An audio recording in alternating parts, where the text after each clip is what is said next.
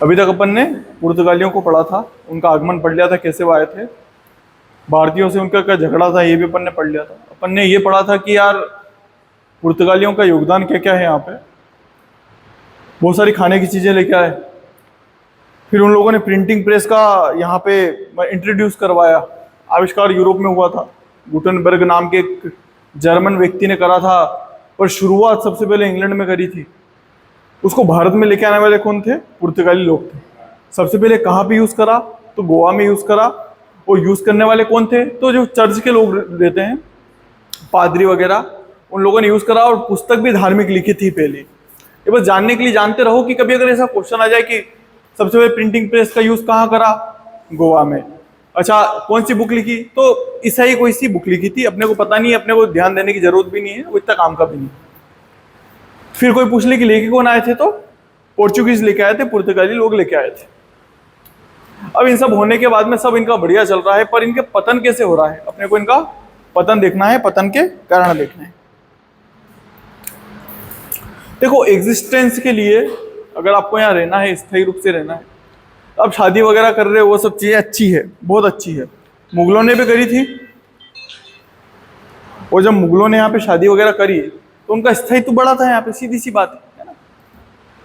पर इनके साथ में क्या हो रहा है कि शादियां तो कर रहे हैं भारतीय महिलाओं से, पर इनकी धार्मिक कट्टरता उस पर ज्यादा हावी है। आप देखेंगे कि जब ब्रिटिश आएंगे तो ब्रिटिश लोगों के साथ में भारत के राजा संधि करेंगे, संरक्षण देंगे, है ना, सब होगा उनके साथ में, बकायदा उनको बड़ी बड़ी उपाधियां देंगे। पर ये पुर्तगालियों के साथ में नहीं हो रहा है। क्यों नहीं हो रहा है? क्योंकि धार्मिक रूप से क्या है? कट्टर हैं। वो इतने कट्टर हैं कि वो लोग किसी गैर धर्म वाले से समझौता भी नहीं करते हैं, इतनी कट्टरता है। तो इनके पतन का पहला कारण क्या लिखेंगे? धार्मिक कट्टरता। धार्मिक कट्टरता।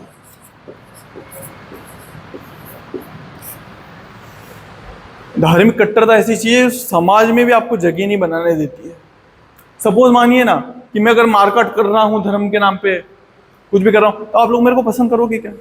उबने लग जाओगे ना कि यार हम हमारे किसी धर्म को मानते हैं, आप अपने धर्म को मानते हो, तो आपको मैं क्या मानूं इससे क्या मतलब, राइट? अब यार भी होता है ना, बहुत सारे ऐसे कुछ धर्म के कट्टर लोग रहते हैं जो धर्म के नाम पे लोगों को मारते फिरते हैं। कई आतंकवादी संगठन भी ऐसे ही हैं जो किस लिए मारते हैं? धर्म के नाम पे मारते हैं। तो ऐसे लोगों से लोग नफरत करते हैं, विश्व भर में नफरत देख लो आप, है ना। बस ये भी इनके साथ, पुर्तगालियों के साथ में यही है कि धार्मिक रूप से बहुत ज्यादा कट्टर है, तो उस कारण भारतीयों के साथ में घुल मिल नहीं पाए। और क्या क्या कारण है?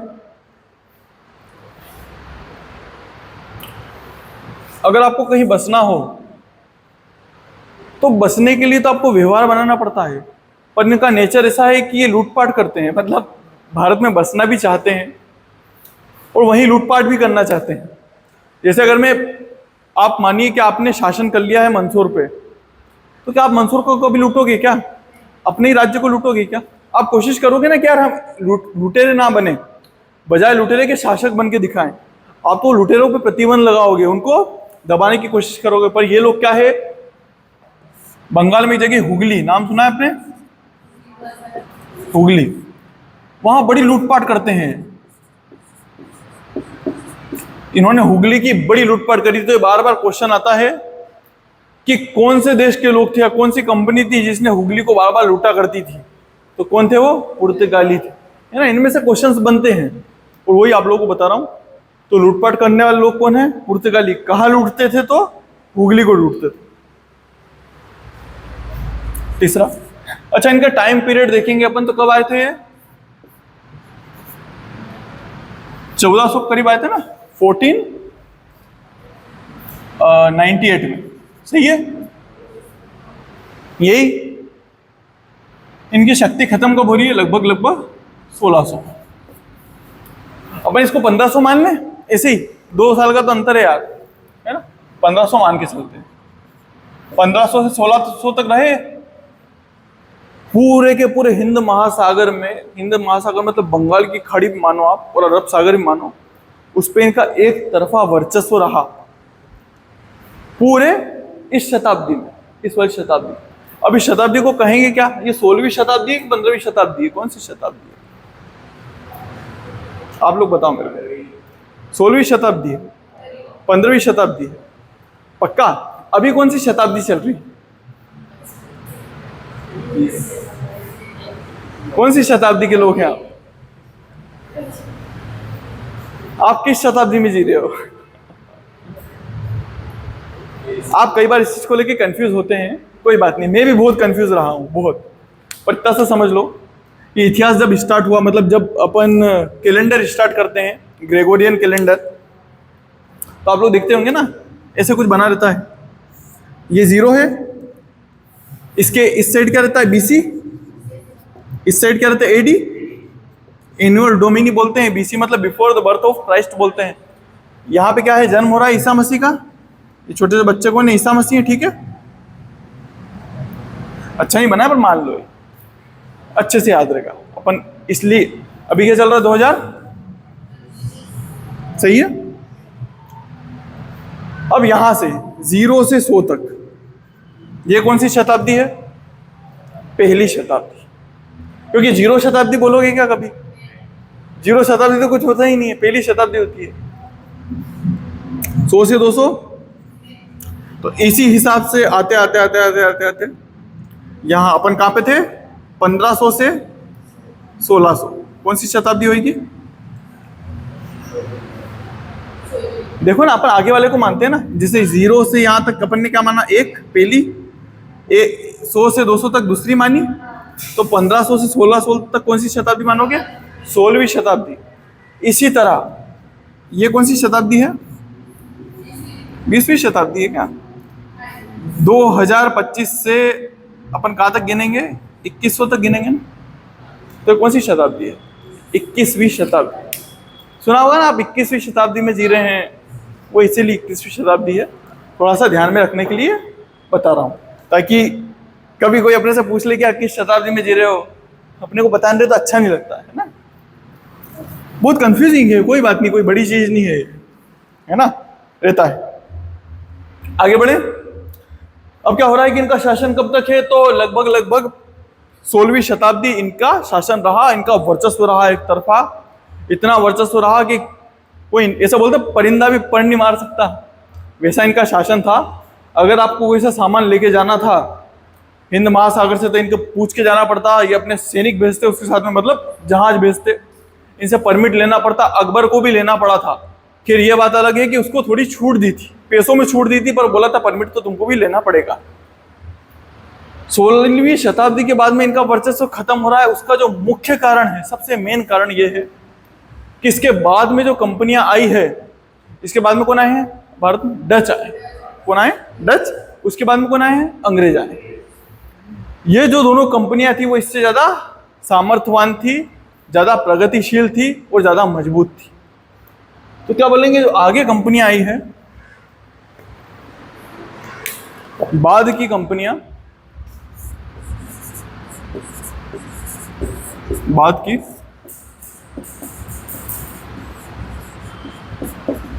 अधिक अच्छी थी या शक्तिशाली थी, है ना।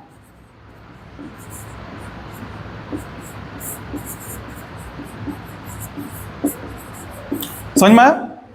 शक्तिशाली का उस समय मतलब एक ही चीज होता था कि उनकी जल सेना इनसे ज्यादा ताकतवर थी। उस समय एयरफोर्स होती थी क्या? नहीं होती थी। एयरफोर्स बहुत बाद में आई। इस समय मेन क्या था? जल सेना थी। कि अगर आपको एक जगह से दूसरी जगह जाना हो, जल्दी जाना हो, कब्जे करने हो, तो काय का यूज करते थे? जल सेना का यूज करते थे। तो सीधा सा मतलब है कहीं ना कहीं डचों के पास में और इंग्लैंड के पास में पुर्तगालियों से अच्छी नौसेना रही होगी।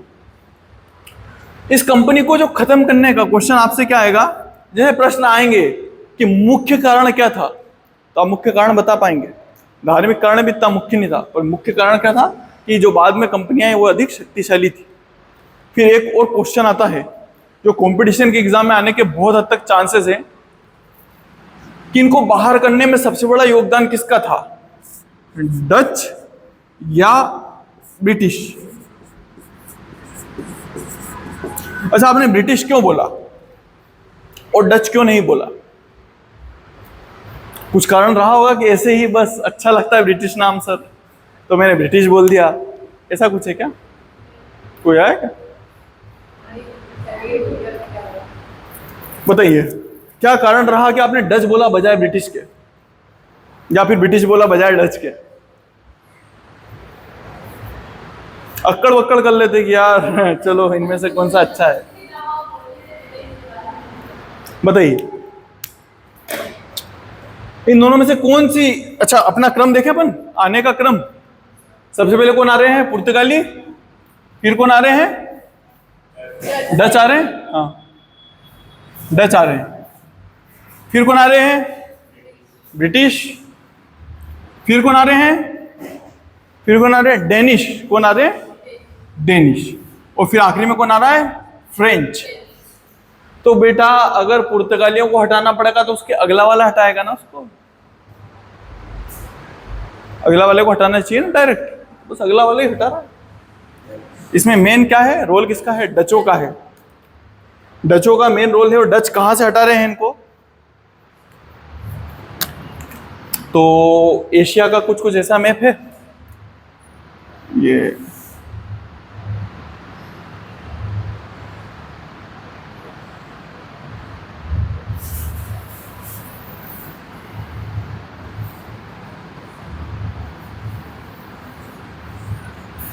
ऐसे करके है ना।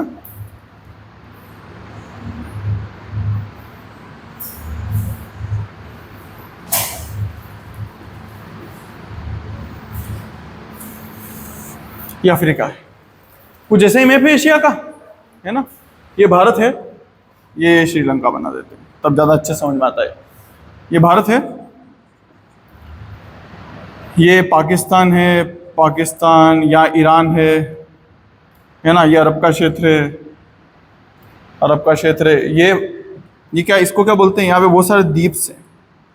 यहाँ पे क्या है? ऑस्ट्रेलिया है, ऑस्ट्रेलिया है। ये कौन से द्वीप हैं? अपने को पता होना चाहिए कि ये क्या है? इंडोनेशिया है, यहाँ मलेशिया है। अभी लड़ भी रहे हैं, कौन कौन से दो देश लड़ रहे हैं? थाईलैंड और, अभी दो देशों के बीच में लड़ाई चल रही है। अपने को करंट का भी ध्यान होना चाहिए। अभी दो देश बहुत खतरनाक तरीके से लड़ रहे हैं। एक तो थाईलैंड है, दूसरा आप मेरे को कल नाम आके बताएंगे। कल आपकी क्लास नहीं रहेगी तो मैसेज करके बताएंगे कि सर ये वाला देश था, ठीक है। याद, थाईलैंड को अमेरिका सपोर्ट कर रहा है, और वो एक और देश है उसको कौन सपोर्ट कर रहा है? चीन। और लड़ने का इनका कारण क्या है? ये भी देश, थाईलैंड भी बौद्ध है, और एक और देश है, सी से नाम शुरू होता है उसका, वो भी सीरिया का। इस क्षेत्र में सीरिया नहीं है ना। ऐसे हिंदी में क से नाम शुरू होता है, क से, ठीक है। इनके बीच में लड़ाई चल रही है, और लड़ाई का ये कारण है कि उन दोनों की बॉर्डर के बीच में एक हिंदू मंदिर है। दोनों बौद्ध देश हैं, और उनके बीच में एक हिंदू मंदिर है। उस हिंदू मंदिर को लेकर झगड़ा है कि ये मंदिर हमारे पास में रहेगा कि तुम्हारे पास में रहेगा।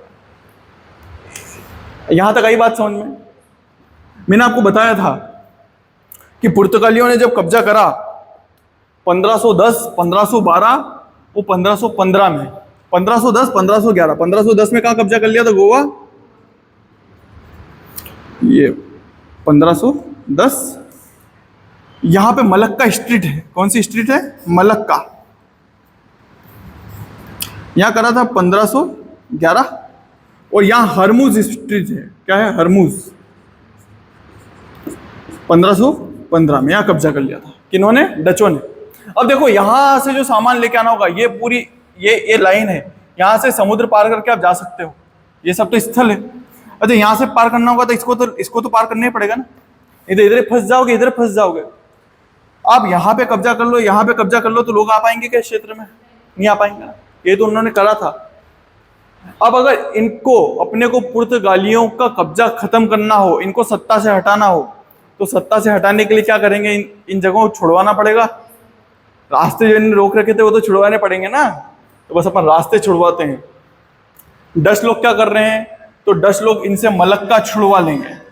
कौन छुड़वा रहे हैं? डच। क्या छुड़वा रहे हैं? मलक्का स्ट्रीट छुड़वा रहे हैं। मलक्का स्ट्रीट या मलक्का जल संधि, मतलब ऐसे लाइन है, एक छोटी सी लाइन है जहां से आप जहाजों को पार करवा सकते हैं। अदरवाइज इधर भी जमीन है, उधर भी जमीन है। इधर से मलक्का स्ट्रीट से कौन छुड़वा रहे हैं? डच। हरमुज से कौन छुड़वा रहा है? ब्रिटिश। हरमुज। अभी इजराइल और ईरान के बीच में लड़ाई हुई थी, तो ईरान ने क्या बोला था कि हम हरमुज को बंद कर देंगे। तो भारत और चीन डर गए थे, एशिया के देश डर गए थे। उन्होंने बोला कि नहीं, बंद मत करना, बंद करोगे तो फिर हमसे भी दुश्मनी हो जाएगी, क्योंकि अपना तेल किस रास्ते से आता है? इसी रास्ते से आता है। सऊदी अरब का क्षेत्र यहाँ पे, ईरान इराक का क्षेत्र, बहरहाल वो यहाँ की बात है ना, यहाँ की नहीं बात है, वो यहाँ की बात है। यहाँ तक आई बात आपको समझ में? कोई डाउट तो नहीं बेटा? समझ पाए ना? अपने को किसी को भगाना है, सत्ता से खत्म करना है, तो कुछ क्या क्या रोल निभा रहे हैं। एक धर्म ने रोल निभाया, अति कट्टर हैं, एग्जिस्ट नहीं कर पा रहे हैं, राजा महाराजा बात करने के लिए नहीं आ पा रहे हैं, वो बोले कि सही बनो फिर बात करें। यार धर्म कैसे छोड़ दे, राइट? दूसरा कारण क्या है? हुगली में लूटपाट कर रहे हैं। मतलब सीरियसली आपको कहीं रहना है, आपको सत्ता पानी है और आप लूटपाट वाला काम कर रहे हो? आप खुद सोचो कि अगर मैं आपसे बात करना चाहूं और आपको पता रहे कि लुटेरा आदमी है, लूटपाट कर रहा हो, तो कोई भरोसा करोगे क्या मेरे पे? भरोसे के लायक रहूंगा? सोचोगे ना कि यार ये तो है ही ऐसे ही लुटेरा आदमी, यार उठा ही गिरा है, क्यों बात करो? बात की शक्तियां ज्यादा ताकतवर है। मैं बता रहा हूँ, देखो कैसे हटा रहे हैं इनको, बात की शक्तियां कैसे हटा रही है। तो बात की शक्तियों में कभी क्वेश्चन आए कि निम्न में से किसका मुख्य योगदान था, तो डचों का मुख्य योगदान था, क्योंकि डच इनको कहां से भगा रहे हैं? तो उत्तर पूर्व। ये क्षेत्र कौन सा है? दक्षिण पूर्वी एशिया है। क्या है? उत्तर पूर्वी नहीं, सॉरी, दक्षिण पूर्वी एशिया। और यहाँ पे साम्राज्य था पुर्तगालियों का, इस साम्राज्य से पूरा भगा दिया इनको कि चलो भगवान, यहाँ से बिल्कुल भी नहीं रहना आप लोगों को। इसके बीच में 2 युद्ध भी हो रहे हैं, इन युद्धों को भी देख लो। पहला है स्वाली का युद्ध।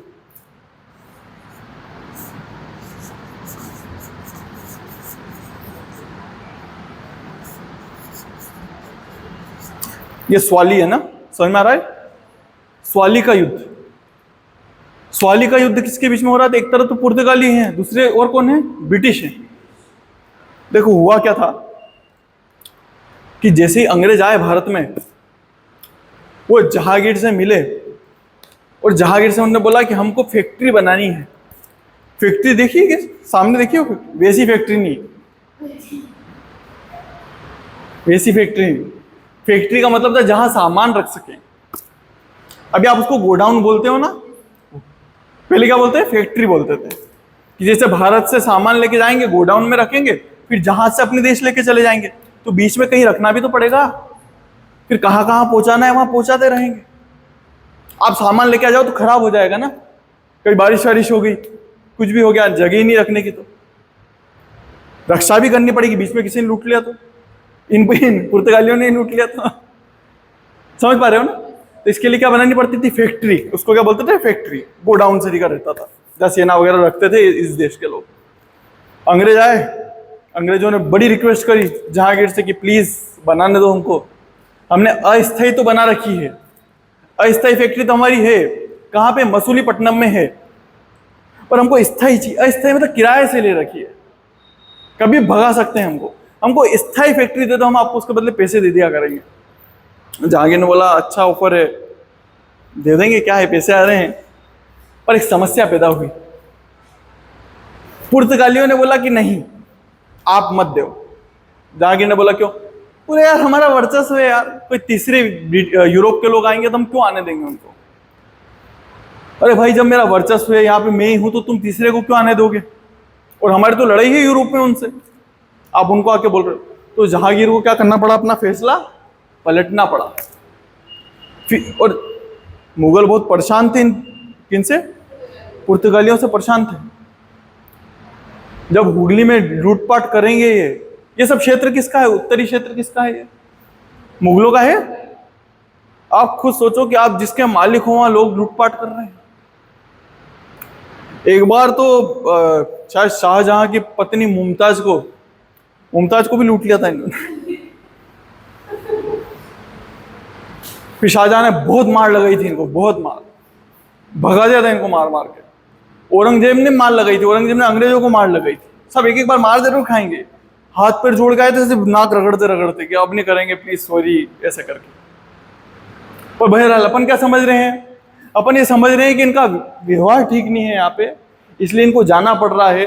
इन्होंने फैक्ट्री बनाने की जो अंग्रेज आए थे उन्होंने फैक्ट्री बनाने की इजाजत दी, पर इन्होंने मना कर दिया। मुगल इससे खुश नहीं है, क्योंकि मुगलों को पैसा देना पड़ता है इनको, अगर जरा सा भी बाहर जाना हो जहाज लेके। मुगल खुश रहेंगे क्या? नहीं रहेंगे। फिर लूटपाट भी कर रहे हैं, व्यवहार भी अच्छा नहीं है।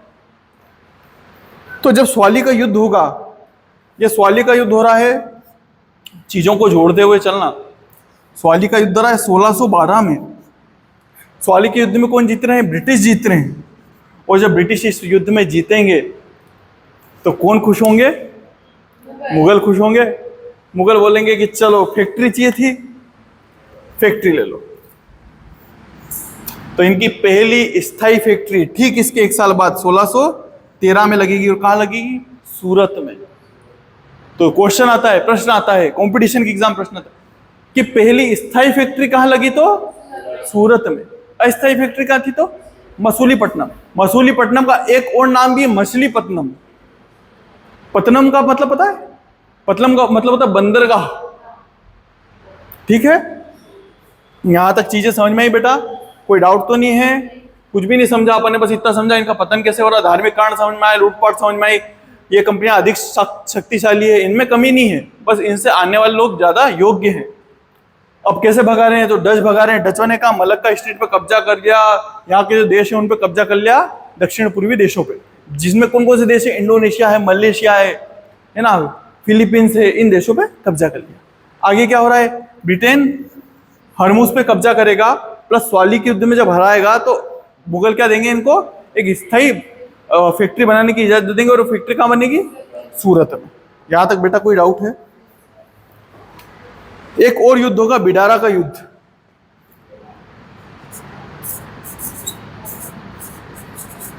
बस जानते रहो इसको। 1759 में बिडारा का युद्ध हुआ, काफी बाद में हुआ। इसमें डच मार लगाएंगे किनको? पुर्तगालियों को। बड़ी मार लगाई डचों ने कि चलो भगो यहां से। पहले यहां से भगा दिया, फिर यहां से भगाने की इच्छा थी तो इन्होंने मारा। पर आपको पता होना चाहिए बेटा, डचों को भले आपने हर तरफ से भगाया, पर गोवा से नहीं भगा पाए। मैंने बताया था ना, वहां शादियां करी थी उन्होंने। अब शादियां, अंग्रेज भी क्या बोलते कि यार तुम्हारी पत्नियों को छोड़ के जाओ, बच्चों को छोड़ के जाओ। तो उन्होंने बोला कि ठीक है, ज्यादा तमाशा मत करना, बस लूटपाट का काम छोड़ो, थोड़ा यहाँ रहो, व्यापार करना हो कर लो, बस्ती बसाना हो बसा लो, हमारे बीच में मत आना बस। तो इन्होंने बोला कि हाँ आप भी गोरे, हम भी गोरे, यहाँ क्यों लड़े हैं, है ना।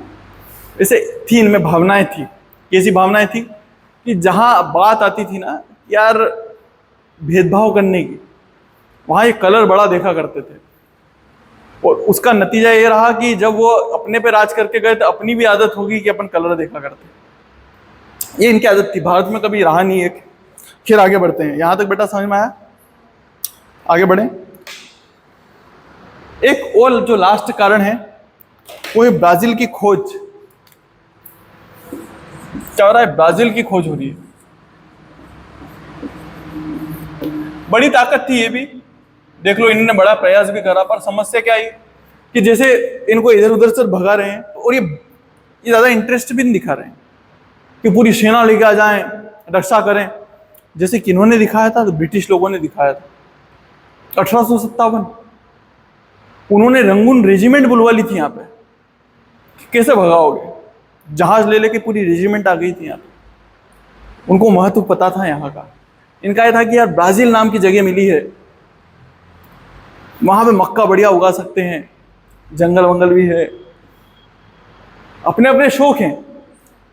आप देखोगे बाद में जब डच आएंगे, बाकी लोग तो व्यापार कर रहे हैं।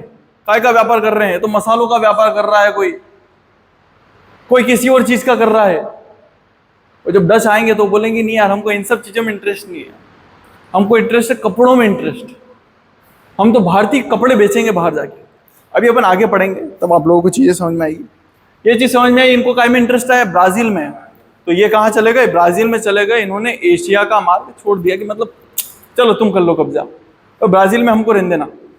आप तभी देखोगे, क्या देखोगे कि ब्राजील में जो भाषा बोली जाती है उस पर किसका प्रभाव रहेगा? तो पोर्चुगीज भाषा का प्रभाव रहेगा।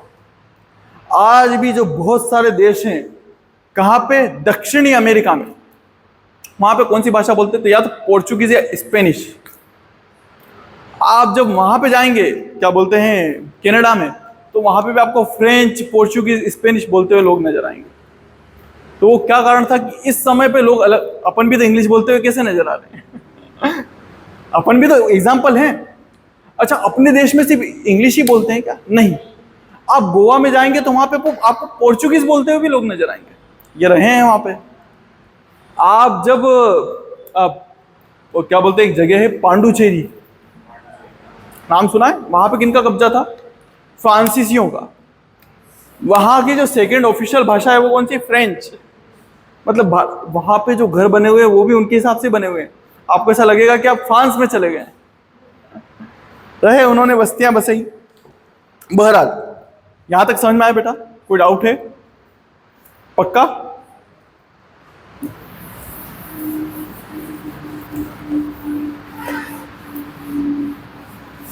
अब कुछ चीजें हैं जो कंपटीशन के एग्जाम के हिसाब से थोड़ी सी इंपॉर्टेंट है, अपन उसको समझते हैं ताकि कभी ऐसा क्वेश्चन आए तो अपन बता सकें।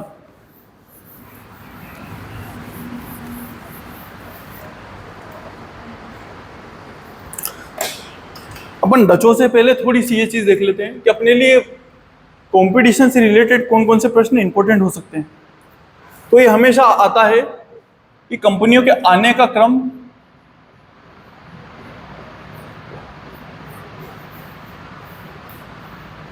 प्लस जाने का क्रम,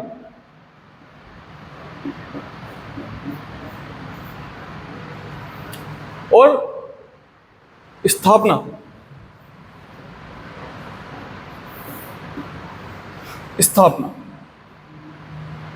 ये तीनों अपने को देखना है ना। कौन सी कंपनी कब आई थी, कब गई, और इसकी स्थापना कब हुई। तीनों में अंतर रहेगा, कंफ्यूज हो जाओ तो अपने को अंतर दूर करना है। ठीक है? आने का क्रम सबसे पहले कौन आई? पुर्तगाली लिख दिया। सेकंड पे कौन आ रही है?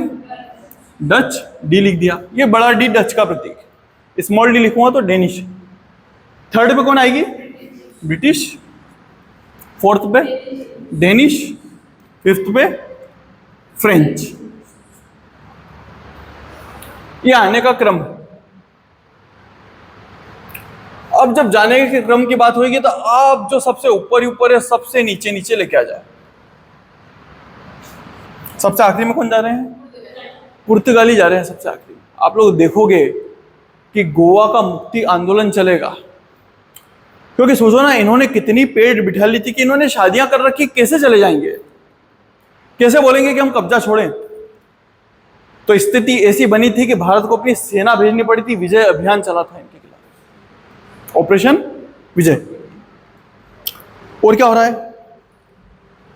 पोर्चुगीज समझ में आ गया, डच और ब्रिटिश दोनों क्या कर दो? सामने सामने कर दो। ये क्या हो गया? डच। ये क्या हो गया? ब्रिटिश हो गया। अब बच्चे कौन है? डेनिश और फ्रेंच। अब थोड़ा सा अनुमान लगाओ कि ज्यादातर तुम लोगों ने डेनिश का नाम सुना भी है क्या? नहीं सुना है? तो ये मान लो ना कि यार सबसे पहले पहले आए थे, सबसे पहले पहले इनको भगा भी दिया होगा। सबसे पहले आए थे, पहले पहले भगा भी दिया होगा। पर फ्रेंच लोग तो थे। कहां पे थे? पांडुचेरी में इनका ही शासन था, दमन द्वीप में भी शायद इनका ही शासन था। तो फ्रेंच को सेकंड नंबर पे डाल दो। समझ में आया क्रम? पुर्तगाली सबसे पहले आए, सबसे आखिरी में गए। डच लोग सेकंड नंबर पे आए, सेकंड नंबर पे चले गए। ब्रिटिश लोग थर्ड नंबर पे आए, थर्ड नंबर पे चले गए। डेनिश लोग चौथे नंबर पे आए थे, पहले नंबर भगाया इनको, चलो भगो। और फ्रेंच लोग सेकंड लास्ट पे गए हैं। देखा होगा ये स्वतंत्रता के बाद में गए। और अगर लास्ट की चीज में कंफ्यूजन हो तो क्या करोगे? तो ब्रिटेन ने कब छोड़ा भारत? 1900। सही है। इसमें 7 जोड़ोगे तो कितना आएगा?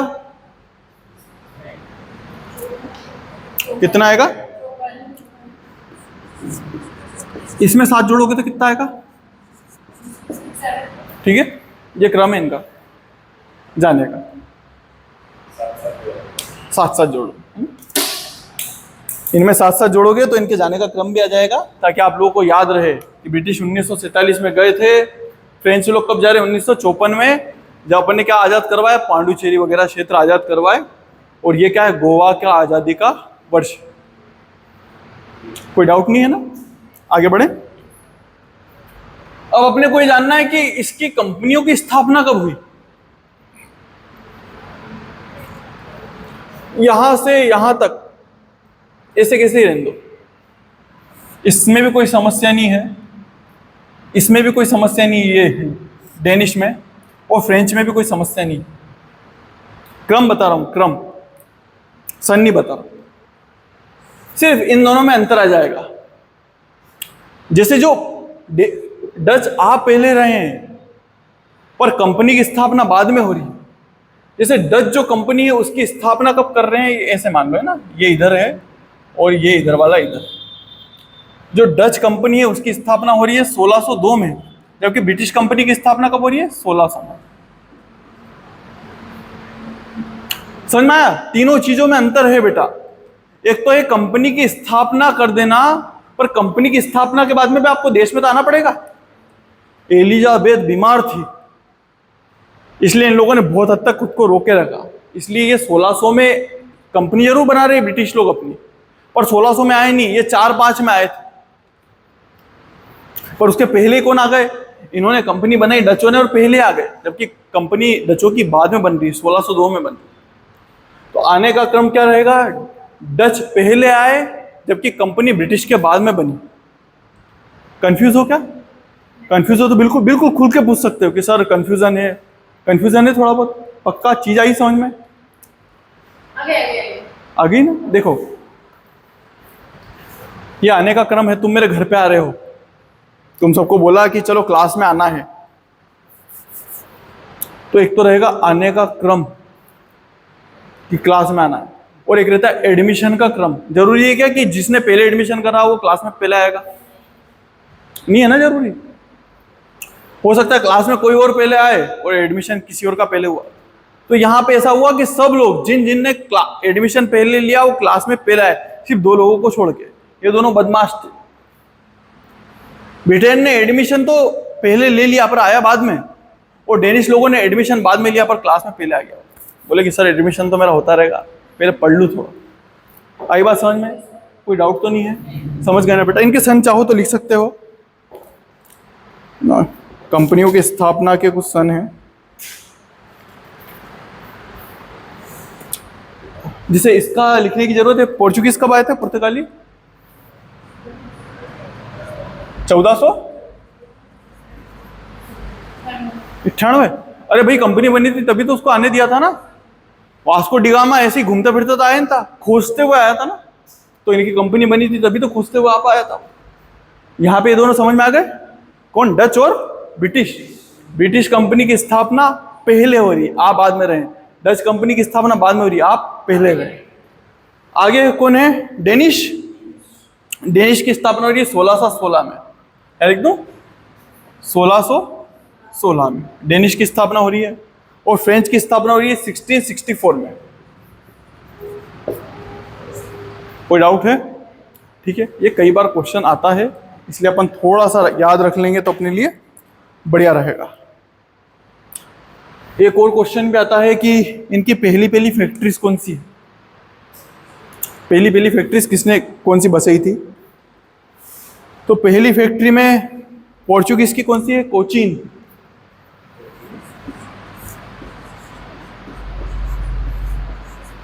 अब आप लोग बोलोगे आया तो सर वहां पे थे कालीकट में, पर वहां पे तो व्यापार के लिए आए थे, इनको फैक्ट्री थोड़ी बनाने दी थी क्या। फैक्ट्री तो कहां बनेगी, कोचीन में बनेगी। तो पुर्तगालियों की पहली फैक्ट्री कोचीन में। 10 लोगों की पहली फैक्ट्री कहां है, तो मसूलीपट्टनम।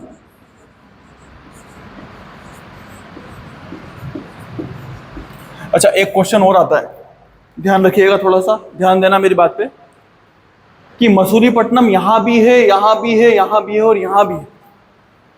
मसूलीपट्टनम में सिर्फ पुर्तगालियों को छोड़ के सबकी फैक्ट्रीज रही है। कभी प्रश्न आए कि ऐसा कौन सा देश था जिसने कभी मसूलीपट्टनम में अपनी फैक्ट्री लगाई है, तो कौन था, पुर्तगाली। क्योंकि मसूलीपट्टनम शायद विकसित ज्यादा बाद में हुआ। पुर्तगाली पहले आ गए थे, जब मसूलीपट्टनम विकसित हुआ तब तक तो जा चुके थे। बहरहाल डचों की पहली फैक्ट्री मसूलीपट्टनम। अब अगले को ने ब्रिटिश की पहली अस्थायी फैक्ट्री मसूलीपट्टनम। वाह यार, सब बंद हो गए। ये बंद हो गया।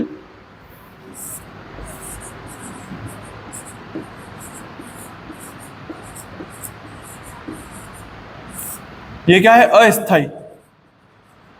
अपने को ब्रिटिश को ज्यादा अच्छे से पढ़ना है, इसलिए अपन ब्रिटिश को अस्थायी फैक्ट्री भी बताएंगे इसकी। और स्थायी कौन सी है? तो मैंने बताया था बेटा, 1613 में कौन सी मिल रही है? सूरत। ये क्या है? स्थायी। फील करो कि यार क्या रहा होगा वो जमाना भी। मुगलों का शासन है, मुगल अपने चरम पे हैं, चरम ताकत पे, और इधर इनकी मारकाट चल रही है। अच्छा, एक जमाना था जब ये आप अभी जैसे दम भरते वैसा थोड़ी क्या था, ये तो बाद में भरने लगे जब औरंगजेब की मौत हो गई। उसके पहले तक तो आते ने गिड़गिड़ाते थे कि थोड़ा सा इधर काम कर देते तो अच्छा रहता, थोड़ी उधर जगह दे देते तो बढ़िया रहता। ऐसी स्थितियां थी इनकी। अपनी महिलाओं को कई बार आके ने ऐसे भेंट कर देते थे कि इनसे शादी कर लो, देखो ना ये थोड़ी अलग दिखने में है, ऐसे कर। इनमें दम थोड़ी था। इनको मुगलों की जब इच्छा हुई तब मार लगाई इनको। एक मराठाओं का जरूर आता है, मैं आपको सन लिखाऊंगा, शायद मेरे को ऐसा लग रहा है कि चिन्नाजी अप्पा। ये क्वेश्चन आता है, बहुत इंपॉर्टेंट क्वेश्चन। यूपीएससी हुआ, एमपीपीएससी हुआ, नेट में भी आ सकता है। चिन्नाजी अप्पा क्या नाम है?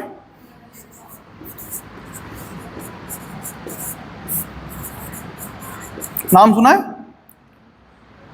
अप्पा है ना, ये प और अप्पा, चिन्नाजी अप्पा।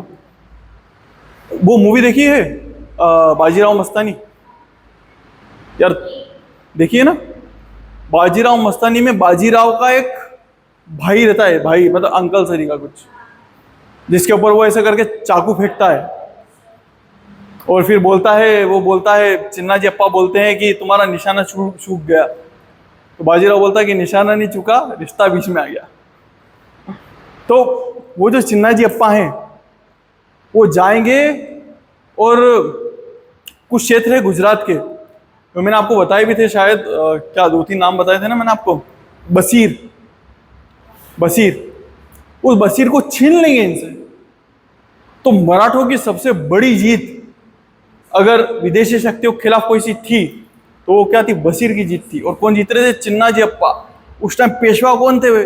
तो पेशवा थे बाजीराव प्रथम, जिन्होंने रोन के रख दिया था पूरे देश को। मराठे तो उनके ऐसे पपेट की तरह रहते थे। पपेट मतलब समझते हो? जैसे कुत्ता को करते हैं तो ऐसे दोनों पैर उठा लेता। तो जब बाजीराव ऐसे करते थे तो मुगल ऐसे दोनों पैर उठा लिया करते थे कि ये वाला हाथ दो कि ये वाला। ये स्थिति ला दी थी बाजीराव ने। तो चिन्नाजी अप्पा याद रखेंगे। सन अगर मैं गलत नहीं हूं तो शायद 1437 या 1439 ऐसा कुछ होनी चाहिए, क्योंकि इसके बाद में बाजीराव शांत हो गए थे। 40 में तो बाजीराव शांत हो गए थे, 1740 में। बहरहाल यहां तक समझ में आया? सन समझ लिए, ये चीज समझ ली। अब कुछ बचा है क्या? अपन फैक्ट्रीज देख रहे थे ना, मसूलीपट्टनम, सूरत की फैक्ट्री। पहली फैक्ट्री किसकी? ब्रिटिशों की पहली फैक्ट्री। डेनमार्क की पहली फैक्ट्री है ट्रावनकोर। इसका एक और नाम भी ट्रंकोबार। क्या बात है? ट्रावनकोर का एक और नाम भी क्या है? ट्रंकोबार। तो ये किनकी फैक्ट्री है? डेनिश लोगों की फैक्ट्री। डेनिश लोगों ने ज्यादा इंटरेस्ट दिखाया नहीं, पर इन्होंने बाद में जो मसूलीपट्टनम है, जिसको मछलीपट्टनम भी बोलते हैं, वहां पे भी जाके फैक्ट्री बसाई थी। अब आखिरी कौन बचा है? फ्रांसीसी। फ्रांसीसियों ने अपनी पहली बस्ती कहां बसाई थी? सूरत में। लिख दूं यहाँ पे? सूरत। ठीक है, कोई डाउट? चीजें समझ में आई? देखो यहां से बहुत क्वेश्चन आते हैं, तो इन सब चीजों का थोड़ा सा ध्यान रखना।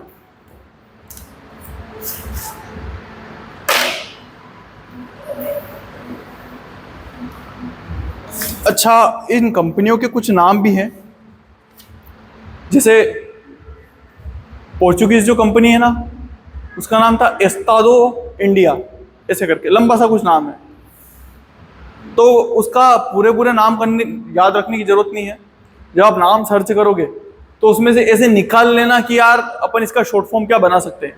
जैसे एस्तादो फिर कुछ करके और फिर इंडिया कर रखा उन्होंने, तो मैंने बस एस्तादो नाम याद रख लिया, क्योंकि एस्तादो सिर्फ पोर्चुगीज में ही है। वैसे ही वेरिंग दे ओस्ट इंडीसे कंपनी, अब उनके नाम यार उनकी भाषा में ही रहेंगे ना। तुम जाओगे अपने यहाँ जैसे नाम हो जाए तो कैसे रख ले। तो इनकी जो डच है उनकी कंपनी का नाम क्या है, वेरिंग दे कोस्ट इंडीसे कंपनी।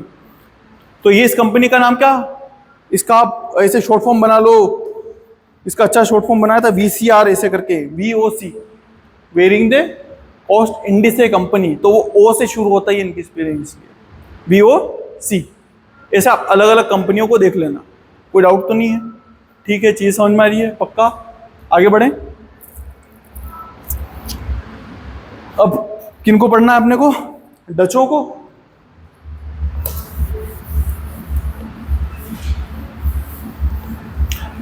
आपकी एग्जाम में ये जो एग्जाम है इसमें लगभग 70% चांसेस है कि इससे रिलेटेड क्वेश्चन आए। 70% कि यूरोपीय कंपनी क्या कैसे आई, वो पूछ सकता है कि पुर्तगाली कैसे आए या ब्रिटिश कैसे आए, ब्रिटिशों का आगमन पूछ सकता है, यूरोपियों का आगमन पूछ सकता है, किसी बहाने से ये क्वेश्चंस पूछ सकता है। और अपने क्या पढ़ना है, डच।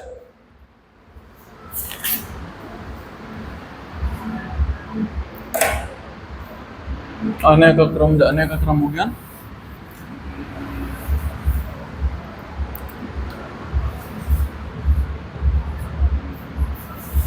डच, देखो डचों की कुछ कुछ विशेषताएं हैं जो कह सकते हैं कि मतलब डच अपने लिए इतनी इंपॉर्टेंट है नहीं। मैंने बताया ना कि सेकंड नंबर पे तो भगा दिया था हूँ। पहले नंबर पर डेनिशों को भगाया था, सेकंड नंबर पर किनको भगा दिया था, डचों को भगा दिया था। तो इतने इंपॉर्टेंट है नहीं अपने लिए डच। तो कुछ बस बातें हैं छोटी मोटी डचों की, बस वो ध्यान रख लो। जैसे संयुक्त पूंजी कंपनी है, क्या है, पूंजी कंपनी है। इसका मतलब समझ में आया, संयुक्त पूंजी कंपनी। संयुक्त पूंजी का मतलब पता है, अपन 5-6 जने मिले और अपन 5-6 जनों ने सोचा कि यार एक कंपनी बना लेते हैं यार। तो ये क्या है, संयुक्त पूंजी कंपनी है। इसमें लगभग 14 लोगों ने बनाया था और उनको 14 भद्रजन भी बोलते हैं। उसको इंग्लिश में शायद कुछ बोलते हैं, पोर्ट स्टेट से ऐसा कुछ नाम है उसका, 14। तो उनको क्या बोलते हैं हिंदी में, 14 भद्रजन। मतलब 14 लोगों ने कंपनी बनाई थी, विशेष कंपनी थी, बहुत लाभ भी कमाया इन्होंने।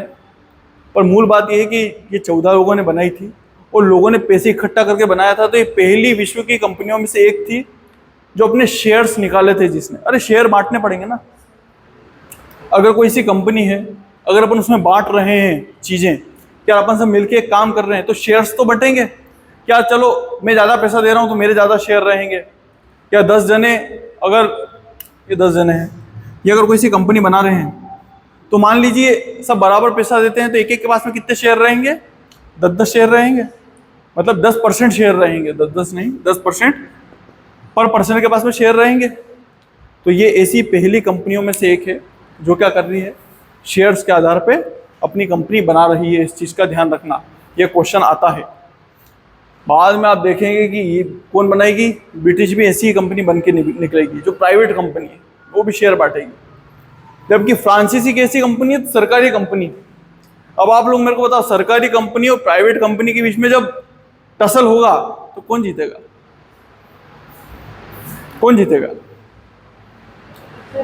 सरकारी जीत जाएगी, प्राइवेट सरकारी। अंदाजा लगाओ ना, तुम अपने देश में ही देख लो कौन सी जीती है कंपनियां।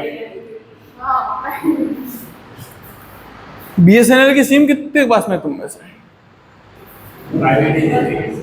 तुम दोनों के पास में है? अभी BSNL की चला रहे हो, नेटवर्क आ जाता है।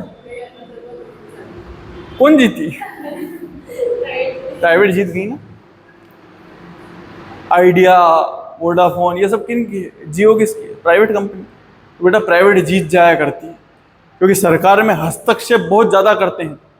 प्लस सरकारी जो लोग रहते हैं उनकी आदत ही रहती है कि अपन कुछ करें नहीं करें, हराम का तो आएगा ही सही। देख सकते हो अपन ने चारों, है ना, कि आप कुछ भी मत करो तब भी पैसा तो आएगा। पर प्राइवेट में काम नहीं करोगे तो देंगे क्या? भगा देंगे इतने में तो। चलो भगो, काम वाम तो कर ही नहीं रहे हो, और अगर अच्छा काम करके दोगे तो इनाम भी मिलेगा प्राइवेट में। वेरी गुड, चलो आगे बढ़ो भाई। काम के आधार पर, काम के आधार पर, बस इसीलिए ब्रिटिश आगे ज़्यादा बढ़े। उन्होंने फ्रांसीसियों को भगा दिया, कारण यही था। जब युद्ध होंगे, अपन पढ़ेंगे कर्नाटिक वॉर, तो अपन देखेंगे इसी चीज़ को। बहरहाल अपने को क्या समझ में आया? संयुक्त पूंजी कंपनी है पहली चीज़। दूसरी चीज़, बड़ी फेमस चीज़ है इसकी, कि ये क्या कर रहा है कि ये भारतीय कपड़े में ज़्यादा इंटरेस्ट दिखा रहा है। तो कपड़ा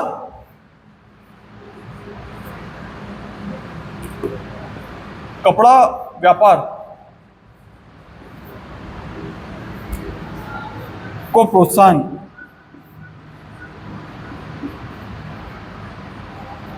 कौन दे रही है? डच कंपनी दे रही है। बाकी सब ने मसाले, किसी ने मसाले का व्यापार करा, किसी ने खेती से रिलेटेड चीजों का व्यापार करा, और ये ऐसी कंपनी है जिसने काय पे ध्यान दिया? भारतीय कपड़ों पे। और इसका बड़ा रोल रहा बाद में कि यार जो विश्व भर में कपड़े फैले, ब्रिटिश लोग, एक जमाना था जब भारतीय कपड़े ही पहना करते। एक सज्जन थे, उन्होंने मेरे को बताया था कि बंगाल में उस समय ऐसे कपड़े बनाए जाते थे कि आप रेशम का एक साड़ी आती थी कि आप उसको कई बार लपेट भी लो ना खुद के इसमें, तब भी आपको पता नहीं चलता था कि कुछ पहन रखा। ऐसी साड़ियाँ, मतलब इतना महीन काम था, इतना अच्छा काम था हमारे देश में। और धीरे धीरे ब्रिटिश आएंगे, क्या करेंगे? वो चीज़ उसको खत्म करेंगे। तो बहरहाल समझते रहिए, इसको आगे बढ़ाने का काम किसने करा है? डचों ने करा है। और देखते हैं डचों के बारे में।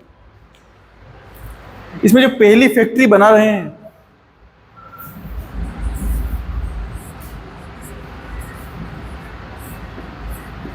कहाँ लग रही पहली फैक्ट्री?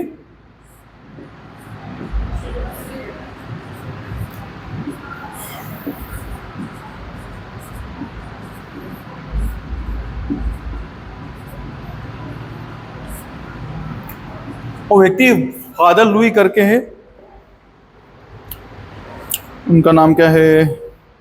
बादर हेग। क्या नाम है? बादर हेग। नौसैनिक नायक है, नौसैनिक अधिकारी।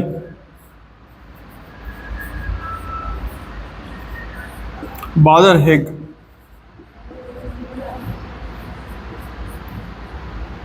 क्या है? नौसैनिक अधिकारी है बादर हेग। ये क्या कर रहे हैं? ये स्थापना कर रहे हैं मसूलीपट्टनम में अपनी पहली फैक्ट्री की। यही वो अधिकारी है जो जाके इंडोनेशिया में किसको हराएगा? तो अपने क्या बोलते हैं, पुर्तगालियों को हराएगा। यहाँ तक भी समझ में आ गया? मतलब स्थापना करने वाले व्यक्ति कौन है? बादर हेग। ये 1605 में मसूलीपट्टनम फैक्ट्री बना रहा है। ये कब बना रहा है? ये 1605। ज़्यादा याद करने की जरूरत नहीं, बस ध्यान में रखो। सन ज़्यादा ध्यान में रखने की जरूरत नहीं, बस ये ध्यान में रखो पहली फैक्ट्री कौन सी थी? तो मसूलीपट्टनम। बहुत रेयरली सन आएंगे, मेरे को लगता नहीं कभी सन आएंगे भी, क्योंकि अगर अपने को कंपनियों के क्रम का ध्यान रहेगा तो अपने को ये पता रहेगा किस देश ने पहले कंपनी मतलब कब्जा करा होगा उस क्षेत्र पर। और क्या कर रहे हैं? तो इनकी बंगाल में जो पहली फैक्ट्री थी वो पीपली थी। उसके पहले जान लो, ये जो मुख्यालय है 1610 में पुलिकट को बना रहे हैं। 1610 में मुख्यालय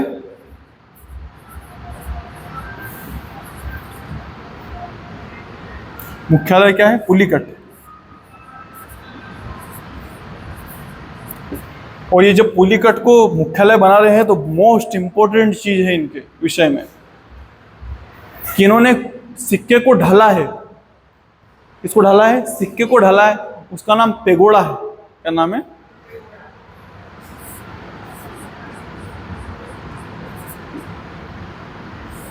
पेगोड़ा। इसका ध्यान हमेशा रखना कि कभी क्वेश्चन आए कि कौन सी विदेशी कंपनी पेगोड़ा को ढाला करती थी, तो आप लोग क्या बताओगे? डच। ऐसे में सोच लेना ब्रिटिश ढाला करते हैं, कौन ढाल रही है? डच कंपनी ढाल रही है। पुलिकट बाद में क्या होगा? तो 1610 में क्या बन जाएगी? इनकी मुख्यालय। क्या बन गया? पुलिकट मुख्यालय बन गया इनका। और कुछ है इनमें जानने से? पीपली बंगाल में इनकी प्रमुख, अच्छा हाँ, चीनसुरा।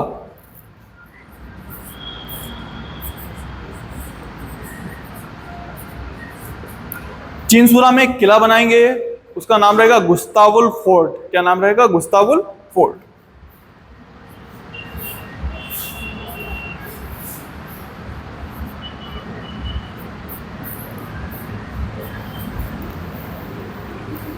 आई बात समझ में? कोई डाउट है? बस ये था इनके बारे में। बस ये कपड़ों के व्यापार पे ध्यान दिया। संयुक्त पूंजी कंपनी थी। प्रथम फैक्ट्री मसूलीपट्टनम में बनाई, या मछलीपट्टनम भी बोलते हैं इसको। नौसैनिक अधिकारी कौन था जिसने स्थापना करी? वो कौन था? बहादुर हेग था। 1610 में मुख्यालय कहाँ आ गया? पुलिकट में आ गया। और यहाँ पे इन्होंने क्या ढाला है? पेगोड़ा ढाला है। पेगोड़ा क्या है? मुद्रा है। मतलब इन्होंने पैसे ढालना भी चालू कर दिए। बाद में मुख्यालय बन गया। चीनसुरा में गुस्तावुल फोर्ट था जिसकी इन्होंने स्थापना करी थी। गुस्तावुल फोर्ट किसने बनाया था? तो डचों ने बनाया। ठीक है, समझ में आया? अब अपन जब नेक्स्ट क्लास लेंगे अपन किनको पढ़ेंगे? ब्रिटिशर्स को पढ़ेंगे, जो अपने लिए सबसे इंपॉर्टेंट भी, क्योंकि बाद में उन्हीं का शासन रहेगा लंबे समय तक। फिर अपने को क्या पढ़ना है? तो अपने को इनके साथ में फ्रांसीसी पढ़ेंगे। और फ्रांसीसी जब अपन पढ़ेंगे तो फिर वापस ब्रिटिश को पढ़ना पड़ेगा, क्योंकि फ्रांसीसी का जो उदय हुआ और उनका जो अस्त हुए दोनों, उनका संबंध कैसे रहेगा? ब्रिटिश से रहेगा पूरा पूरा। इनके बीच में कुछ युद्ध होंगे जिनको कर्नाटिक वॉर कहेंगे हम। क्या बोलेंगे? कर्नाटक। कर्नाटक नहीं, इस चीज का ध्यान रखना। बहुत सारे लोग मेरे पास आके बोलते कर्नाटक का। कर्नाटक, अच्छा कर्नाटक वो कर्नाटक वाला राज्य वाला कर्नाटक नहीं है, एक क्षेत्र है जो कहीं ना कहीं आंध्र प्रदेश और तमिलनाडु में स्थित है। उसको क्या बोलते हैं? कर्नाटक बोलते हैं। उसमें उत्तरी सरकार नाम की एक जगह है। तो उन सबको मैं बताऊंगा कि कैसे वहाँ के नवाब थे, उन्होंने परेशान करा, निजाम को परेशान करा, है ना। फायदा उठाया आपसी राजनीति का। भाई भाई लड़ रहे हैं तो एक का साथ कौन देंगे? फ्रांसीसी देंगे। दूसरे का साथ कौन देंगे? ब्रिटिश देंगे।